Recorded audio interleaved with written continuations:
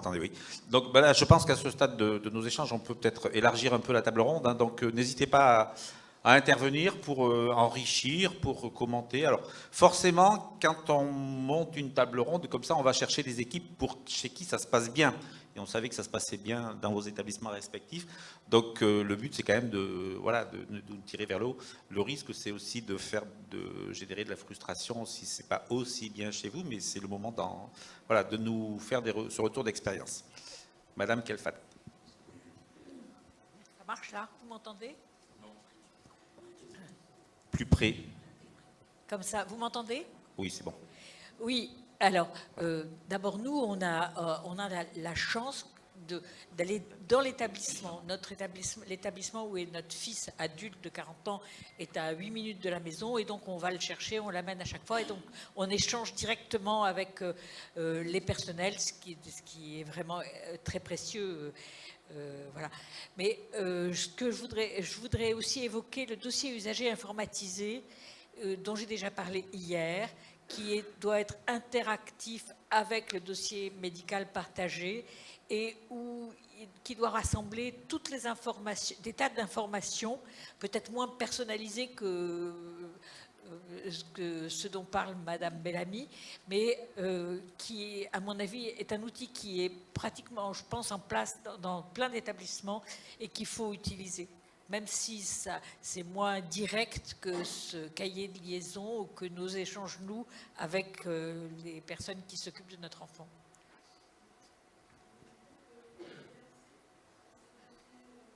Oui, en fait, c'est un dossier auquel auront accès les soignants, les parents, les aidants. Tout le monde aura accès à ce dossier. Et c'est financé par la CNSA, c'est mis en musique, je pense, par les ARS, et je pense qu'il faut s'en saisir. Justement, c'est un élément extrêmement intéressant, puisque nous, dans notre établissement, on nous avait promis il y a quelques années de cela, à la demande des parents, que nous aurions accès à certains éléments du dossier. Enfin bon, il y a un outil Hermès, et nous avions demandé que nous puissions avoir accès. On nous avait promis qu'on aurait accès à des éléments importants. Mais bon, nous attendons. On nous dit aujourd'hui qu'Hermès est bien là, mais que c'est trop compliqué pour les familles, que ceci, que cela, etc. Donc effectivement, nous avons beaucoup de difficultés à savoir ce qui se passe. C'est très compliqué. C'est un élément très compliqué. Ça y est, on fait un dialogue. Oui, non, je pense que les tuteurs et les personnes de confiance, légalement, doivent avoir accès à toutes ces informations. Donc, il faut ferrailler, quoi. Mais le dossier usager informatisé, il existe. Hein. C'est la CNSA qui finance. Voilà. Nous 10. Mais nous, on est sur place. Ce soir, on va chercher notre fils, on saura comment il a mangé, comment il a dormi. Donc, voilà. Alors, il y avait quelqu'un là.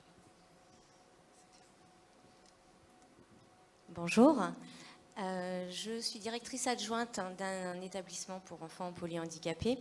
Et concernant ce que vous venez de dire, madame, il existe un outil qui s'appelle Mon Espace Santé. Alors qu'on connaît tous normalement au niveau médical, on a tous accès à notre espace santé. Il y a une application, voilà. Les établissements médico-sociaux, jusqu'à maintenant, ne faisaient pas partie de ce dispositif-là. Donc, l'État a décidé d'ouvrir cette application aux établissements médico-sociaux. Donc, c'est en phase d'expérimentation. Donc, l'établissement d'où je viens a répondu à l'appel d'offres en fait, de l'ARS, et nous sommes un des établissements pilotes médico-social sur le sujet. Et ce qui permettra justement parce que l'accès au DMP par les familles, nous, je sais qu'aujourd'hui, ça ne se fait pas. Hein. Par contre, ce dispositif permettra aux établissements de déverser dans mon espace santé du jeune tous les comptes rendus médicaux, paramédicaux. Après, ça se travaillera par structure et avec les familles. Hein. Donc, j'ai 3 familles pilotes qui travaillent avec nous sur le sujet. Donc, ils ont installé l'application, certains l'avaient déjà pour leur enfant, et on a commencé à déverser quelques documents. Le premier qui a été choisi, c'est le DLU, bien sûr, hein, puisque c'est un document primordial. Donc, ça fonctionne pas mal. Donc les familles nous disent comment elles reçoivent les choses, comment elles les lisent, comment voilà. Bon, pour l'instant, ça marche pas encore dans l'autre sens. Les professionnels ne peuvent pas encore avoir accès. Non, c'est toujours la famille qui autorisera, qui choisira quels sont les professionnels qui ont accès. Et ça, c'est normal. Mais ça va aussi régler notre problème de prescription médicale, puisqu'effectivement, on est toujours en train de courir après les prescriptions. Et là, les pharmacies le font déjà, elles déversent déjà les ordonnances dans mon espace santé, puisque ce sont des établissements de santé. Voilà, donc le médico-social arrive dans ce dispositif-là, et je pense que pour les 2, familles et établissements, ce sera un vrai plus. Voilà.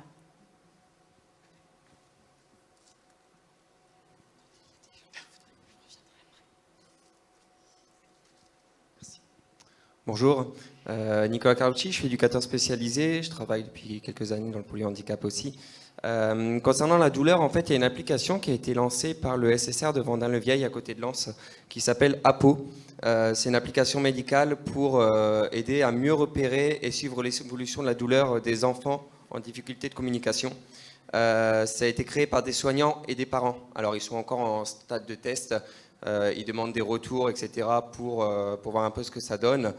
Au niveau communication, nous, sur notre groupe, en fait, on utilise beaucoup le téléphone. On a des parents qui ont des problèmes de communication, qui ne parlent pas forcément français, qui sont capables de traduire nos SMS dans leur langue d'origine. Et on a aussi tout ce qui est groupe WhatsApp, etc.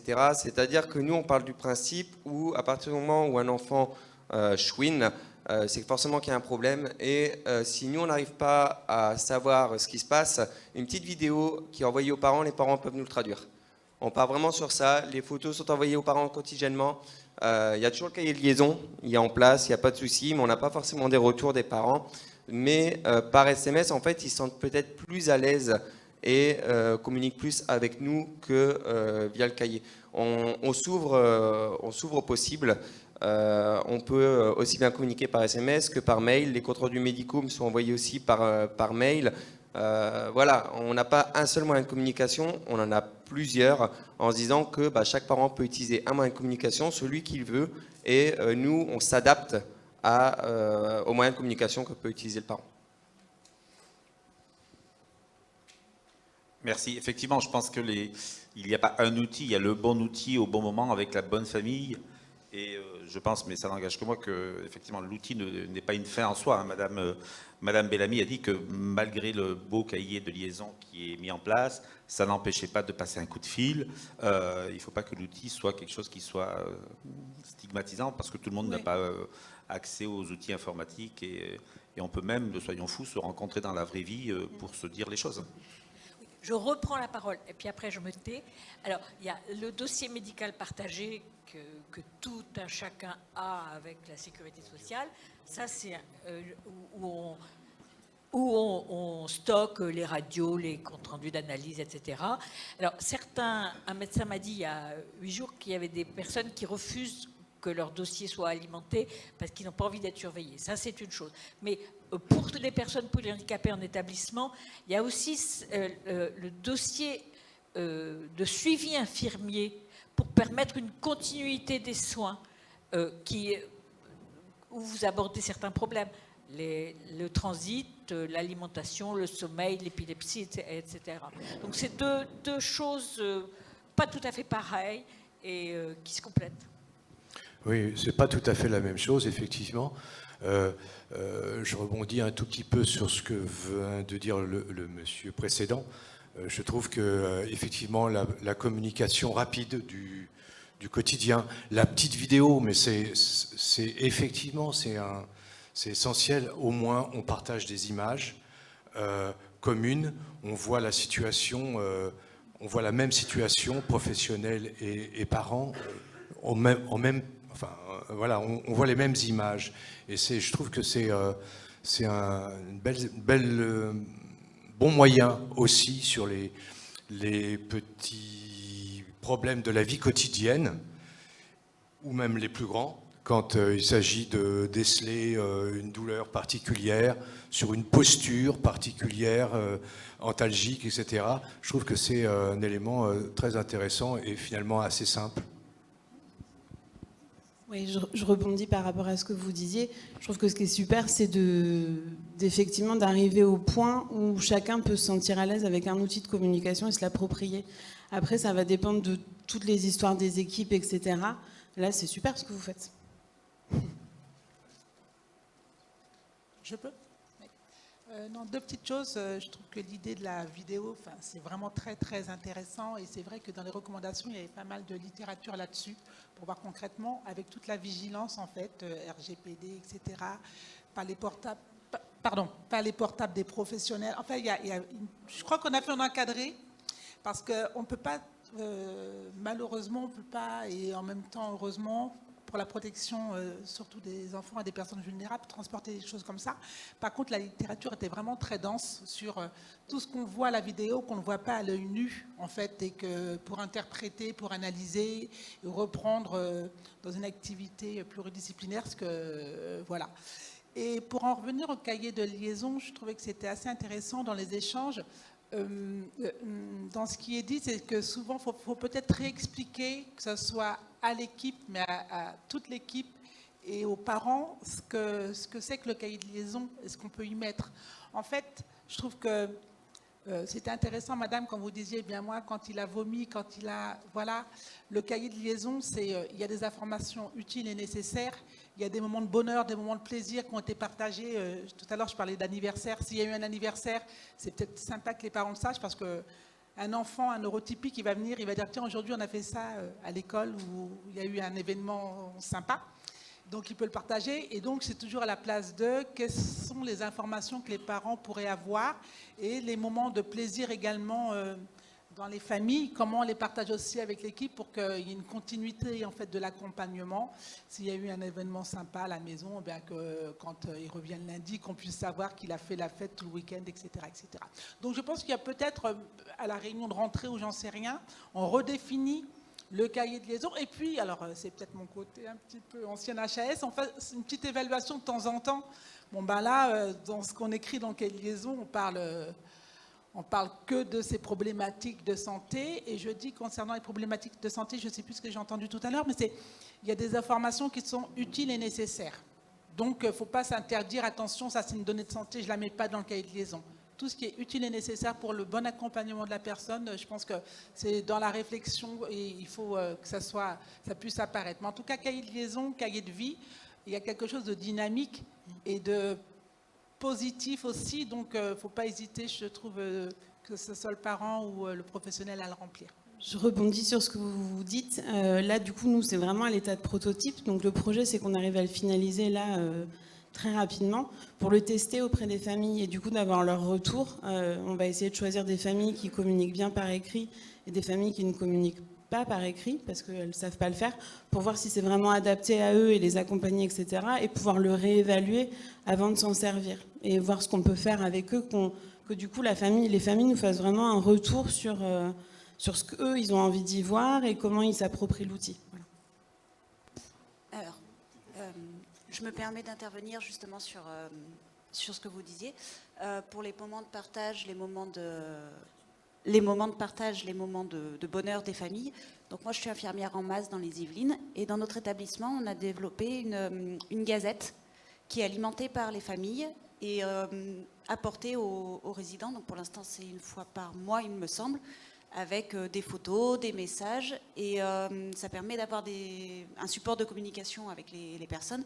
Et surtout d'échanger, y compris avec la famille qui est lointaine. On a des personnes qui viennent des États-Unis où les familles envoient des photos et des messages, y compris dans leur langue natale. Et c'est un très bon moyen d'échanger sur ce qui se passe de chouette dans les familles, parce que quand il y a un mariage, le résident ne peut pas forcément y aller, donc il a les photos, il a les comptes rendus.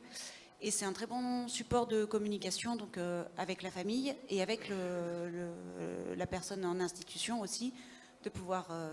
nous, on reçoit la gazette des personnes dans les services, on leur fournit. Et quand ils ont besoin d'aide pour la consulter, on la consulte avec eux, on échange avec eux. Donc voilà, donc je voulais rajouter sur le côté échange des bonnes choses. Ce genre de gazette, c'est plutôt chouette.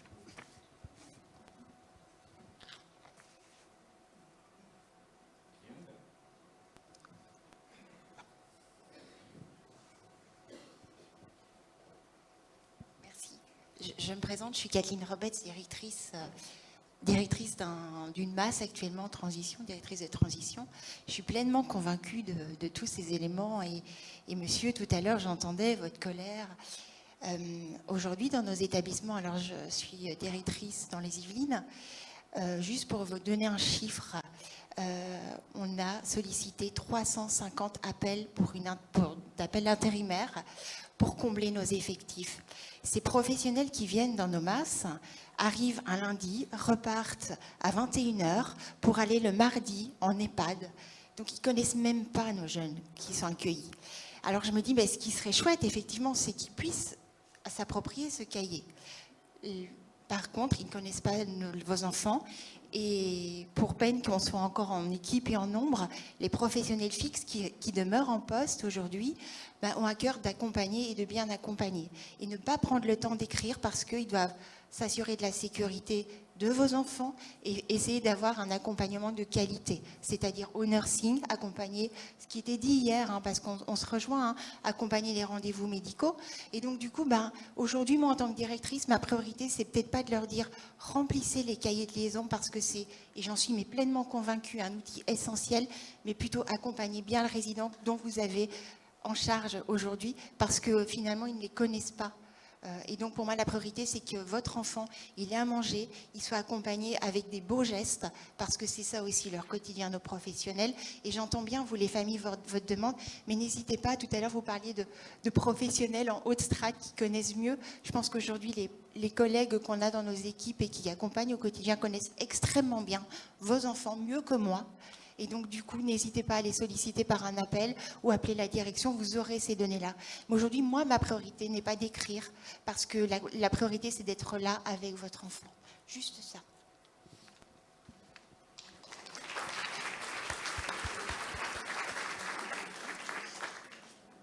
Allez, une dernière question.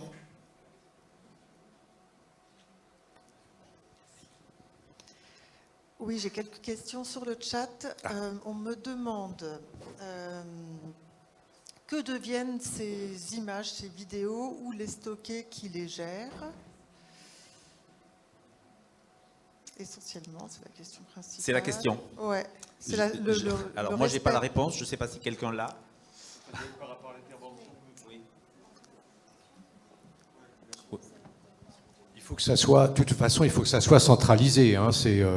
C'est sécurisé, centralisé dans l'établissement. Mais je vais laisser la parole tout de suite. Effectivement, il ne faut pas que ces images puissent, comme ça, s'évaporer dans la nature sans contrôle, évidemment. Après, je trouve que filmer, en règle générale, c'est toujours très intéressant parce que ça permet de voir le temps, ça permet de se référer à des situations passées, donc d'avoir cette mémoire aussi, et aussi d'observer conjointement certaines situations cliniques qui peuvent être tout à fait intéressantes à évaluer. Je vous laisse la parole. Oui, alors Catherine Réa, j'ai eu la responsabilité de trancher vidéo, pas vidéo, dans un établissement.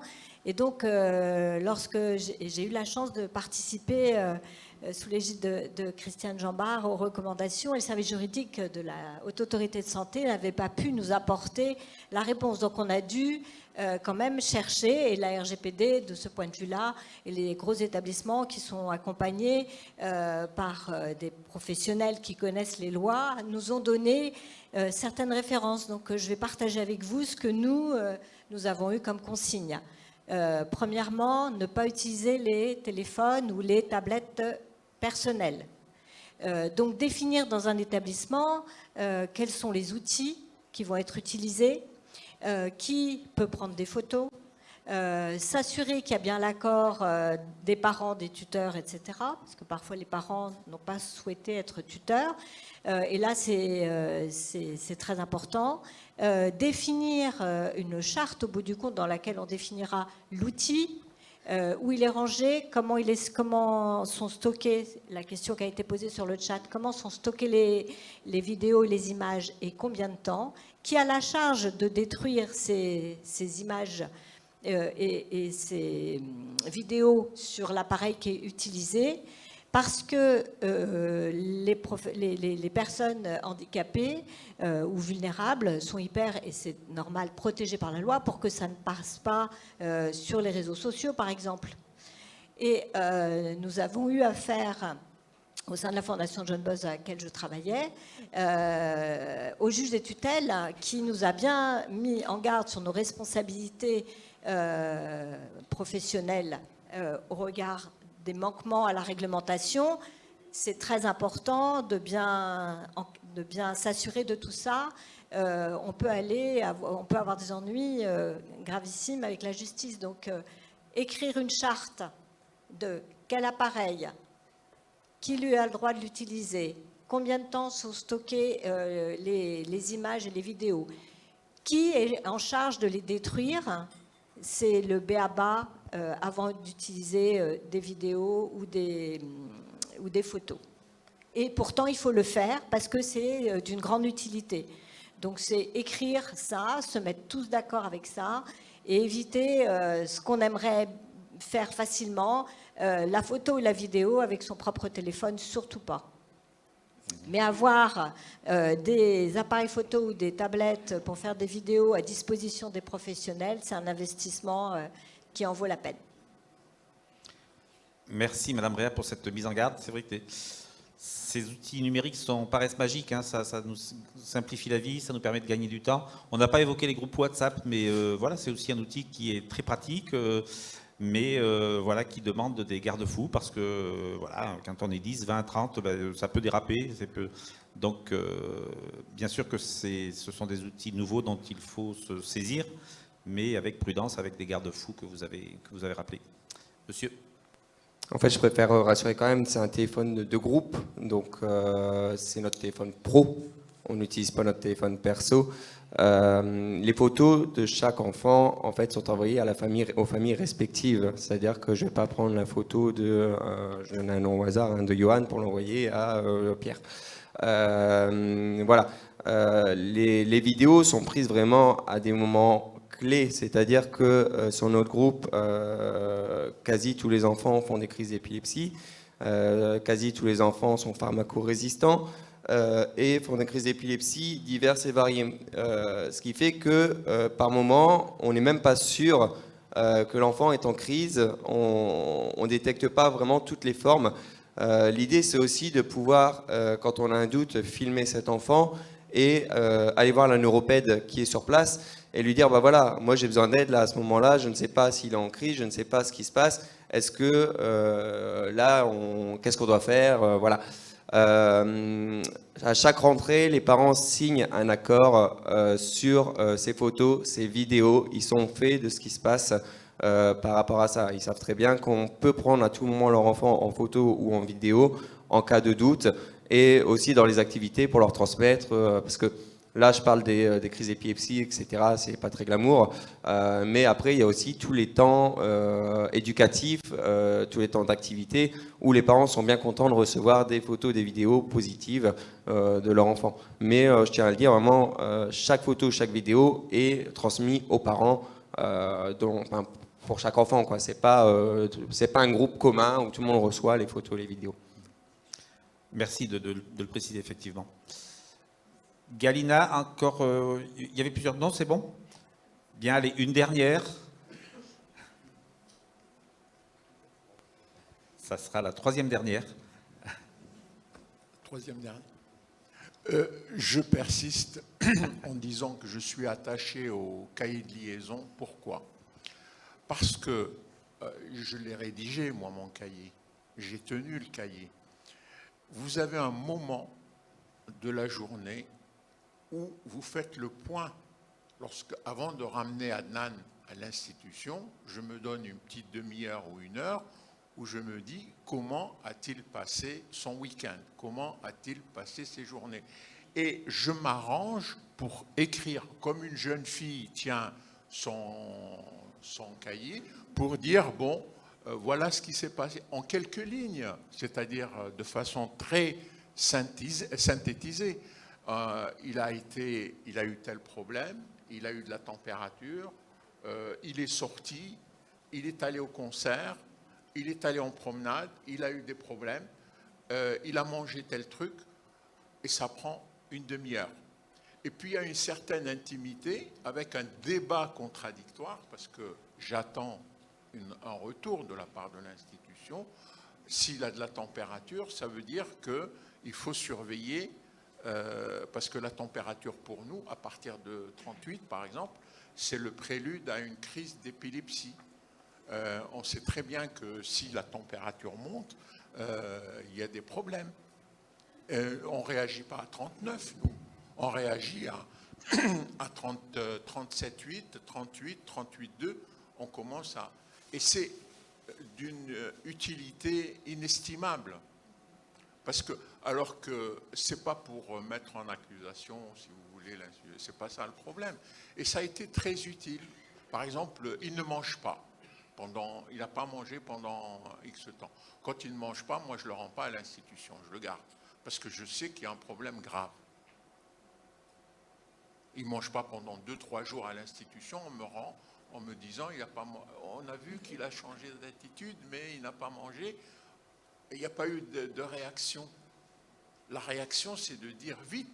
Un jour, par exemple, bon, ces derniers temps, il n'a pas mangé pendant 6 jours ou 7 jours. Et quand on me l'a rendu, évidemment, j'ai appelé SOS Médecins. Quand SOS Médecins est arrivé, il a prescrit une numération. La numération a été transmise à son médecin familial, au médecin familial.